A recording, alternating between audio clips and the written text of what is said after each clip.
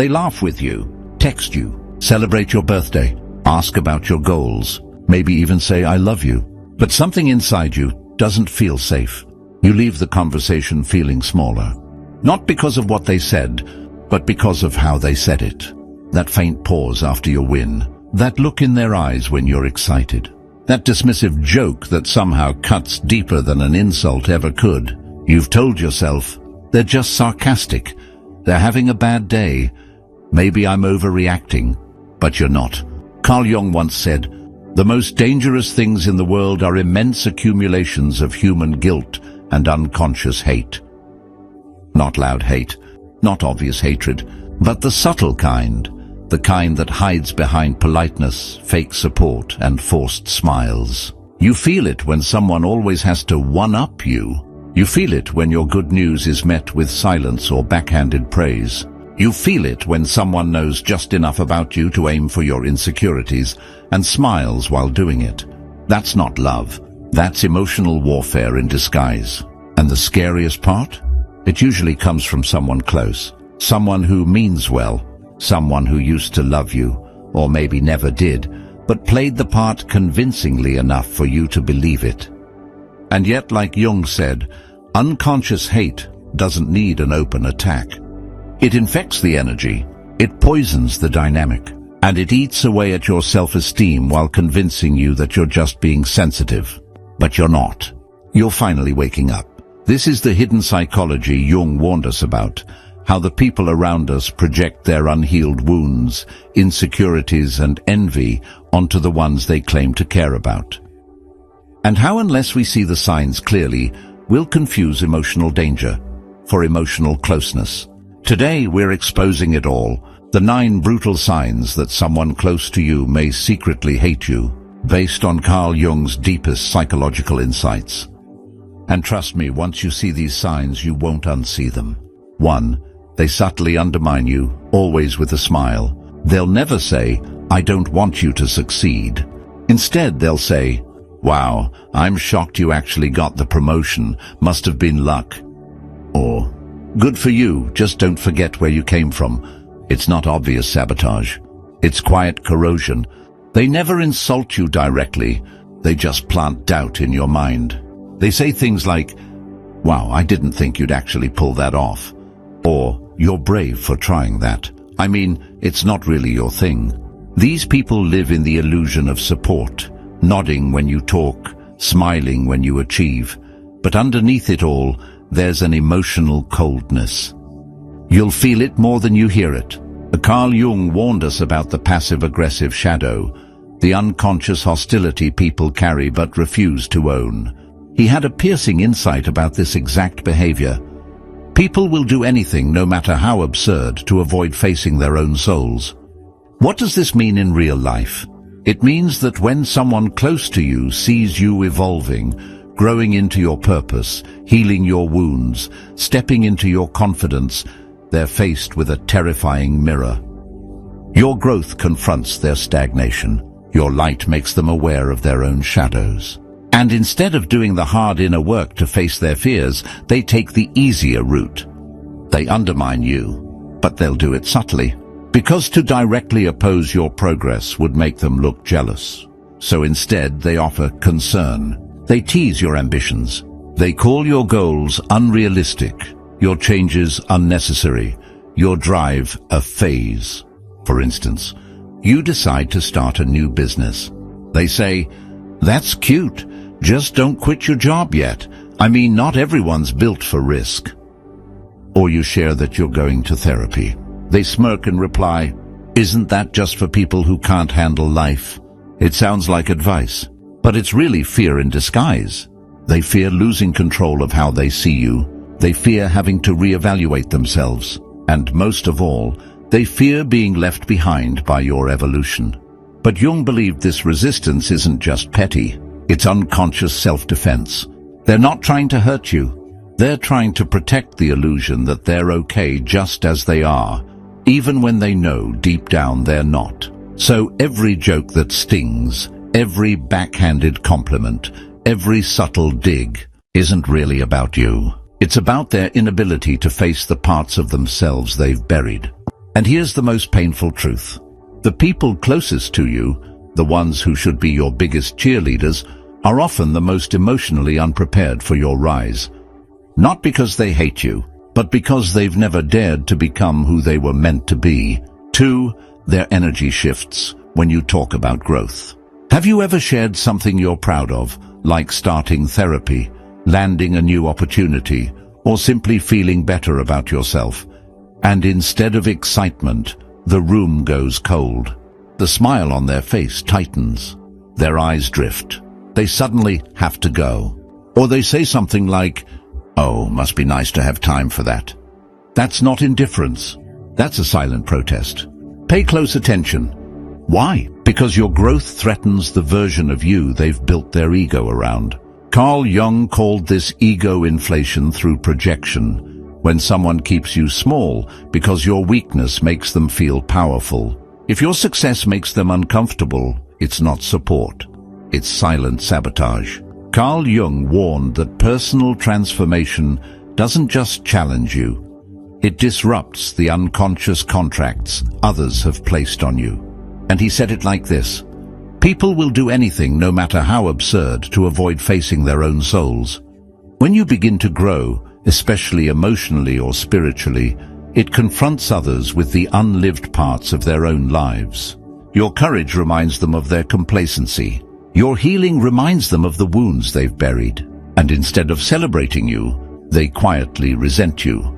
It happens in families. A daughter starts setting boundaries, and suddenly she's difficult. A son begins healing his trauma, and now he's too sensitive. In friendships, it looks like subtle jealousy or withdrawal. In relationships, it can trigger sabotage, distance, or passive aggression, because your growth breaks the emotional equilibrium they were using to stay comfortable. Jung believed this is the moment where many people unconsciously try to pull you back. Not out of cruelty, but because your light exposes their shadow. And the painful truth? Some people didn't love you. They loved the version of you who didn't yet believe in yourself. So when you evolve, they feel abandoned, even though you're just finally showing up for yourself. 3. They're overly interested in your mistakes and quiet about your wins. At first it feels like concern. They ask questions when things go wrong. What happened with your job? Didn't you say that relationship was going well? They probe, they linger, they seem engaged. But when you win, when something finally goes right, crickets. No text, no phone call, no real interest. Or worse, they change the subject. Suddenly, they're tired. Or they pretend they didn't see your message. This isn't random. Carl Jung once said, "The reason for evil in the world is that people are not able to tell their stories." When someone close to you fixates on your failures and dismisses your growth, it often has nothing to do with you, and everything to do with the parts of their story they've never been able to process, speak aloud, or accept. They haven't come to terms with their own missed chances, their own fears, their own deep-rooted shame about not becoming who they once dreamed they'd be. And instead of confronting that pain directly, they redirect it. They find comfort in your setbacks. Your mistakes become a distraction from their own, because if you're not winning, then maybe their quiet failure doesn't feel so loud. So they highlight your flaws and go silent when you shine, not out of calculated malice, but because your story threatens the one they've never had the courage to write. And sometimes, the easiest way to avoid facing your own inadequacy is to cling to someone else's failure. That's what's happening here. When you're struggling, your vulnerability soothes them. It reassures them that they're not falling behind, that you're not really outgrowing them, that you still have cracks, and those cracks make them feel whole. But when you rise, when you start healing, evolving, or succeeding, it threatens the fragile image they've built of themselves in contrast to you. They need you broken so they can feel balanced. Let's say you're starting a small business. It's risky, it's exciting, and you're finally doing something that lights you up. In the early days, they're around a lot. They ask how you're managing the stress, if you're sure it's the right move, whether you've really thought it through. They position themselves like a mentor, offering advice, voicing concern. But as soon as you post your first win, your first sale, your first client, a glimpse of momentum, they go dark. Or they say, must be nice. Hope it lasts. Don't let it go to your head. See, what you've done, without realizing, is activated their shadow. Your courage exposes their fear. Your success magnifies their stagnation. And instead of being inspired, they turn on you, quietly, politely, and often unconsciously. These aren't just bad habits. They are psychological defense mechanisms. And people who haven't faced their inner emptiness will often fill it with your doubt, not your light. Jung believed that when people suppress their personal narrative, it doesn't disappear. It leaks out sideways, through jealousy, resentment, sarcasm, or silence. So when someone can't celebrate you, don't just see that as coldness. See it as proof that they haven't made peace with their own life. And no amount of shrinking yourself will help them do it. So next time you notice someone leaning in during your low points and backing away when you rise, don't question your intuition. Question why they only applaud when you're losing. 4. You feel anxious around them, even if you can't explain why. You might laugh around them. You might hang out with them often. You might even call them your friend, your partner, or your ride or die. But still, when you're alone afterward, you feel tense, restless, almost like your nervous system is trying to tell you something your mind can't put into words. Carl Jung warned us about this exact psychological tension. Not through what people say, but through what your body feels when your subconscious detects a threat, one you're trying not to see. He once wrote, "The healthy man does not torture others. Generally, it is the tortured who turn into torturers." And what he meant is this: when someone close to you is carrying unprocessed bitterness, jealousy, or insecurity, they will often project that pain onto the people who are closest, quietly, repeatedly, and without ever admitting it. They might not yell, they might not insult you, they might even praise you in front of others. But behind the scenes, they drain your emotional battery. They guilt-trip you when you're happy. They get strangely quiet when you're excited about something. They offer support that feels like criticism wearing a mask. Your body begins to associate their presence with anxiety because your subconscious has already picked up on the truth. They don't actually feel safe, not because they'll explode, but because they'll slowly erode you. Let's say you land a new job. You're excited, you've worked hard for it. You share the news with someone close. They smile. But the first thing they say is, "Wow, you'll probably be too busy for us now." Or, "Must be nice. Some of us are still stuck." They turn your joy into tension, and you walk away wondering, why do I feel guilty for winning? That's not support. That's emotional sabotage.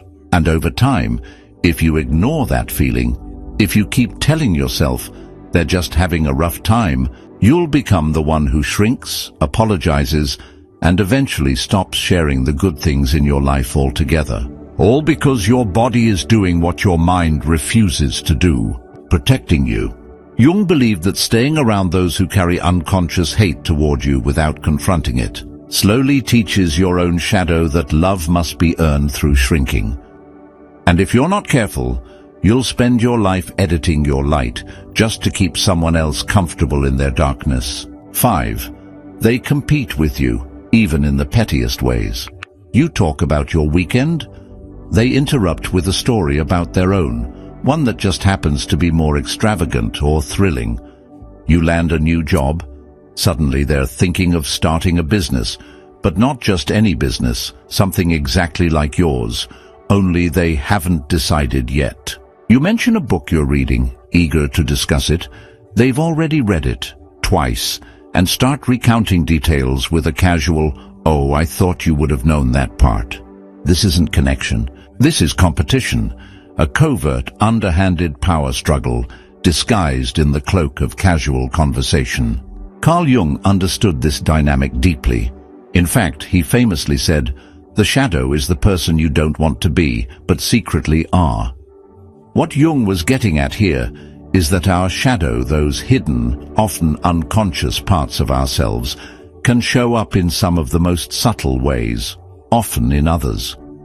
These little moments of competition are not about the person you're interacting with.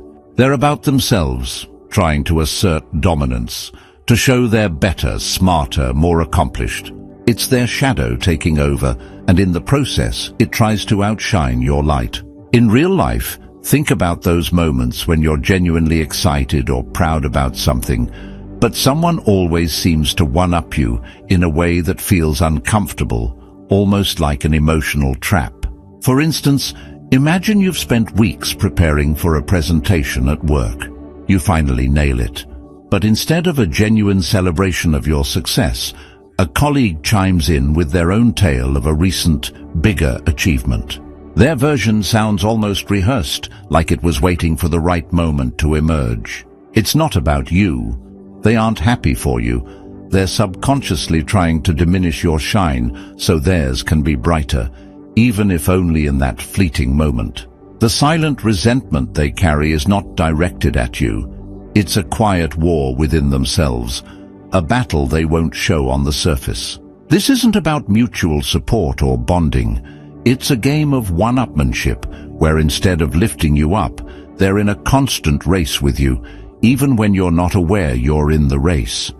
They're running against an imagined version of you, one that exists only in their shadowy projection. It's exhausting, draining, and ultimately hollow. And what's most fascinating is that they might not even realize it themselves. Jung's shadow doesn't always come with the clarity of intention. It's sneaky, masked, and often feels like just the way things are. But in those moments, when the competitive edge cuts too deep, it's a sign of an unconscious struggle for control, validation, or acknowledgement that goes far beyond the surface. In these interactions, the person competing with you may not even understand that they're doing it. They're simply trying to keep their insecurities at bay by playing this game of comparison. But if you step back and recognize the subtle power dynamics at play, you'll see that these petty moments are really just the shadow's desperate attempt to be seen, to be heard, to claim their worth. And in doing so, they push others down in the process without even realizing the weight of their actions. This isn't a competition you want to engage in, because while their shadow competes, your light continues to rise, unbothered, unshaken, and free of the need for validation. 6. They act like they know the real you and weaponize it.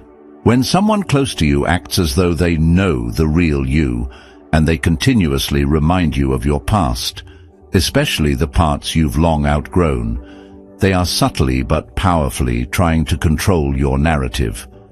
It's not about love or care, it's about containment. They will drop comments that seem supportive or familiar on the surface, like, "You're not the type to lead. Don't forget where you came from." It may feel like they're just reminiscing, or reminding you of the humble beginnings you've worked so hard to rise above. But in reality, they are using those very memories to keep you boxed in, maintaining their own comfort zone, their own false sense of security.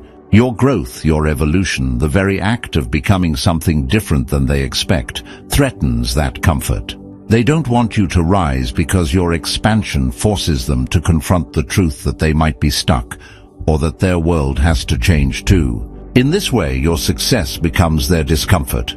As Carl Jung put it, the most terrifying thing is to accept oneself completely. To accept yourself completely means embracing every part of who you are, past, present, and future, without needing the approval of others. When someone refuses to let go of the version of you they've grown comfortable with, it's not about love, it's about control. They refuse to accept your evolution because it challenges their own limitations. They want you to stay the same so that they can keep the control they feel they have over you. Real-life examples of this are everywhere. Think about someone who grew up in a family where they were always the quiet one, the shy one, and now, as an adult, they've grown into someone confident and outspoken. But their parents, friends, or significant others keep reminding them of their quiet past, as though it's the only identity that matters. They'll say things like, "Oh, you used to be so shy. How did you become this way?" or "You're not really the type to speak out in front of people." This isn't just a nostalgic trip down memory lane. It's an attempt to box you back into a role that feels comfortable to them, even if it's not who you are anymore. Jung's quote captures this dynamic perfectly. The idea of accepting oneself completely means embracing all the parts of yourself that others might want to reject or keep hidden. In their refusal to allow your transformation, they are showing their fear of their own growth, their own change, which would be provoked by your growth. You're challenging their narrative, their understanding of themselves, and that feels too risky for them to accept. So, when people remind you of the past or try to box you into old identities, it's a reflection of their own insecurities, not your limitations. This is not love, it's control, masked as concern. It's up to you to see it for what it is, and not let it stunt your potential to become the person you're destined to be. 7. They disappear when you need them most, but expect you to always show up. You're always there for them. No matter the hour, no matter the day, when they call, you answer. In their darkest moments, you drop everything to support them, even if it means sacrificing your own well-being. You're the one who listens, who consoles, who makes them feel seen. You give and give, believing that this is what friendship or love looks like. But when you hit a wall, when you find yourself tangled in your own struggles, hoping for the same care and attention in return, they're nowhere to be found. They're busy. They go silent, leaving you in the lurch. Or worse, they shift the focus, making your pain about their own discomfort, their own needs. Suddenly, you find yourself comforting them, trying to make them feel better about your hurt. Carl Jung called this the unconscious exploitation of emotional bonds. It's a dynamic where someone uses emotional closeness, your care, your attention, as a tool to extract validation or nurture, yet never offers it back when you're the one in need. They take what they can while offering nothing in return. But here's the catch. It's not forgetfulness. It's not being bad at texting. It's a form of emotional selfishness cloaked in the guise of friendship, love, or care. This kind of behavior eats away at your self-worth. It plants seeds of doubt, making you question your value. You start to wonder if you're doing something wrong, if maybe you're just too much. Maybe it's you, but it's not. It's them. In psychological aspects of the persona, Jung writes, "The persona is that which in reality one is not, but which oneself, as well as others, think one is." While Jung was referring to the masks we wear in society, this quote applies deeply to the dynamic we're talking about. The person who treats you this way is wearing a mask of a caring friend, but beneath it is someone who only sees the relationship as a way to fulfill their own emotional needs. They're not genuinely offering care, they're only offering what looks like care so they can get what they need without giving anything back. Think about the friend who constantly reaches out when they're lonely or in crisis, but disappears when you need someone to talk to.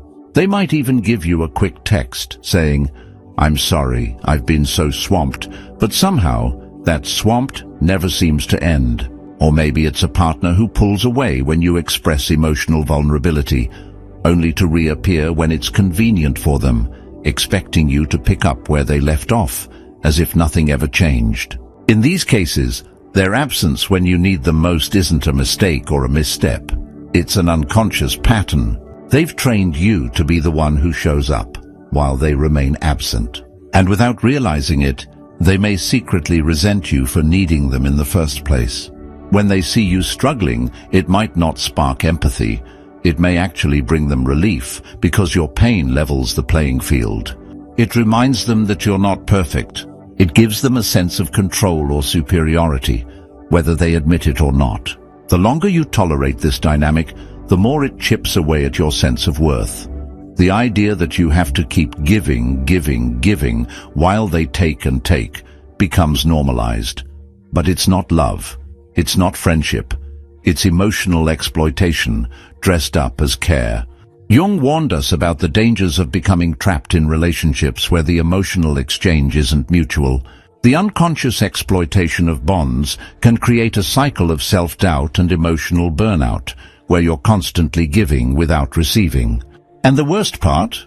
The person exploiting you might not even realize what they're doing. The persona they've constructed is so ingrained that they don't even recognize the harm they cause. So, the next time you feel your worth eroding under the weight of one-sided relationships, remember that you don't owe anyone your constant availability, especially when it's not being reciprocated. Real love, real friendship, isn't about one person always being there for the other. It's about balance. It's about showing up for each other equally, without the need for masks or hidden motives. Take back your worth. Recognize the difference between true care and unconscious exploitation. Only then can you stop allowing others to pull away when it's their turn to show up. 8. You always feel like you have to earn their love. This is the most damaging sign, and truthfully, the hardest to admit. If you've been in a relationship or a close connection where you always feel like you have to earn their love, you know exactly what I'm talking about. With them, your worth feels like it's constantly on trial. It's as though your value is conditional, a currency you have to keep paying into.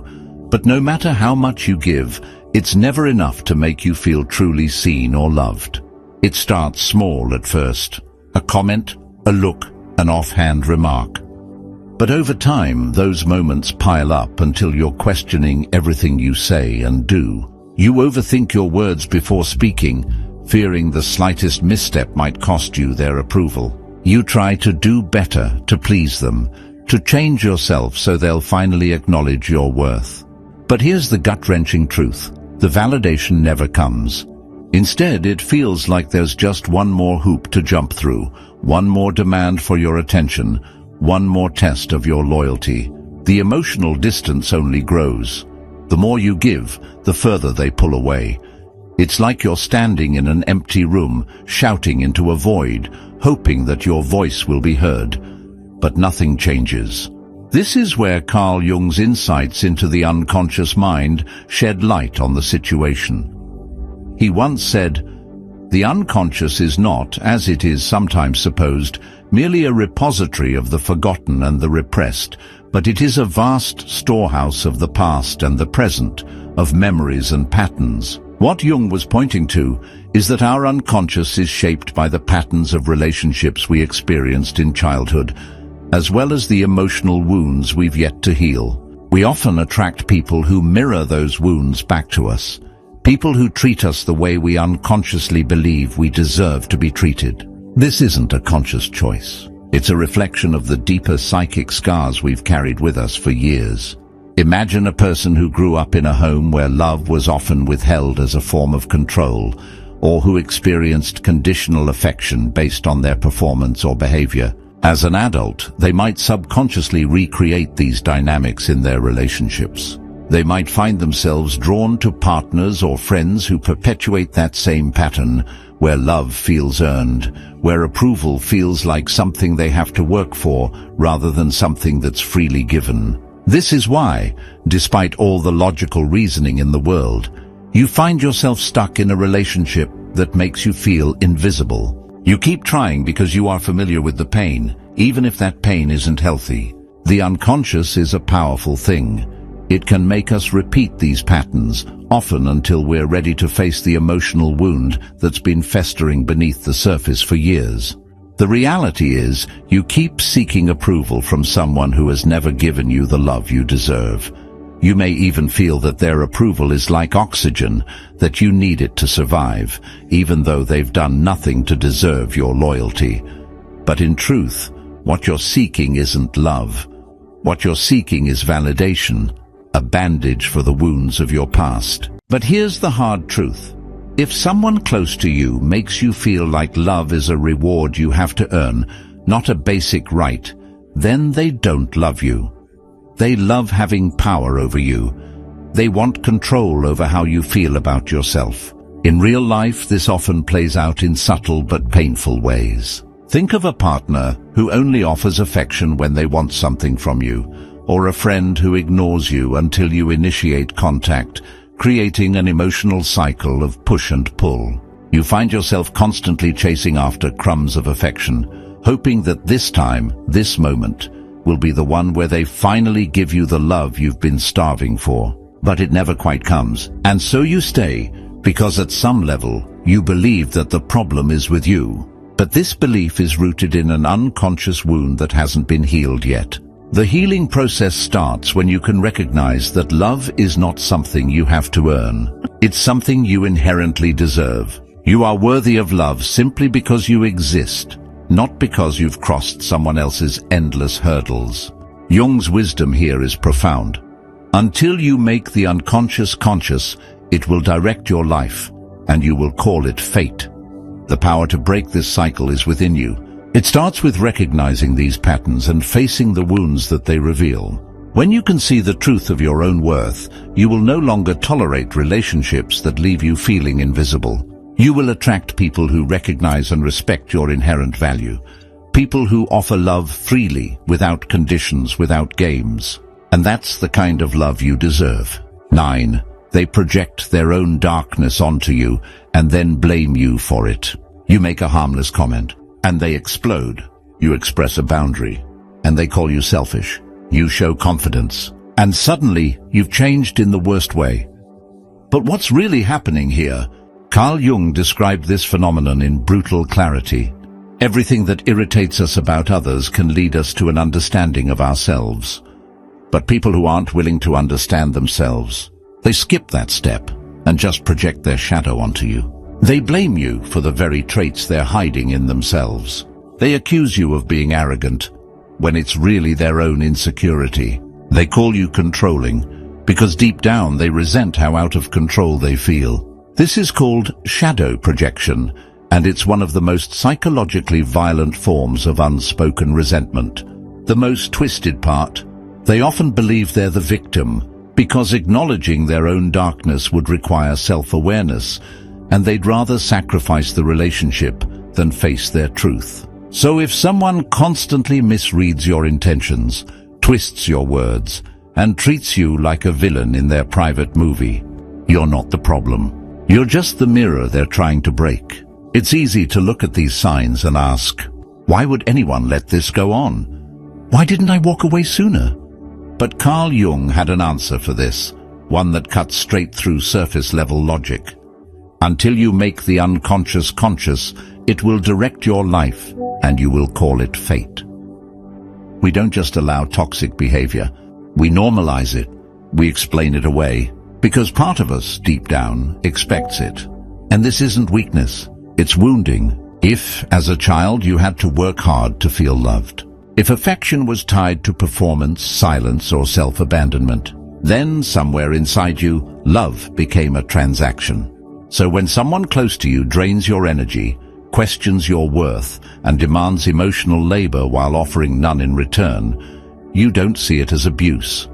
You see it as familiar. Jung believed this pattern is rooted in the shadow, the unconscious side of the psyche, where we bury every truth that feels unsafe to acknowledge. So we hide our anger, we suppress our intuition. We ignore our need for respect, because we're afraid that honoring those truths will cost us the relationship. But here's what Jung knew. Suppressing the shadow doesn't make you virtuous. It makes you vulnerable to manipulation, to quiet hatred, to people who weaponize your goodness against you. That's why people pleasers often attract narcissists. That's why empaths often fall into cycles of emotional starvation. That's why so many kind-hearted people suffer in silence, carrying the weight of relationships that drain their soul. Because no one ever taught them that being good doesn't mean being blind. Carl Jung's deep exploration of the unconscious mind reveals that the dynamics in our relationships are often shaped by hidden patterns, unhealed wounds, and the subtle yet powerful forces of projection. These 9 signs are not just red flags. They're windows into a deeper truth about how we interact with those around us, especially the ones closest to us. The person who subtly undermines you makes you feel invisible, or uses love as a tool for control might not just be unaware of their behavior. They may be acting out of deep-seated psychological wounds themselves. But here's the most important truth. You don't have to tolerate it. Recognizing these signs is the first step toward reclaiming your self-worth, healing your unconscious wounds, and breaking free from toxic relationships. You deserve love that is unconditional, real, and empowering, not love that is earned through endless emotional hoops. If you've seen these signs in someone close to you, take a step back and ask yourself, what is this relationship really offering me? Healing starts when you acknowledge these toxic patterns and start nurturing relationships that support, respect, and nourish your true self. If you found yourself in a relationship that feels draining, manipulative, or emotionally distant, it's time to break free. Subscribe and hit the notification bell to dive deeper into Carl Jung's transformative psychology and learn how to rebuild your emotional resilience. Leave a comment below. Have you experienced any of these signs in your life? Let's open up the conversation and support each other on the path to emotional healing.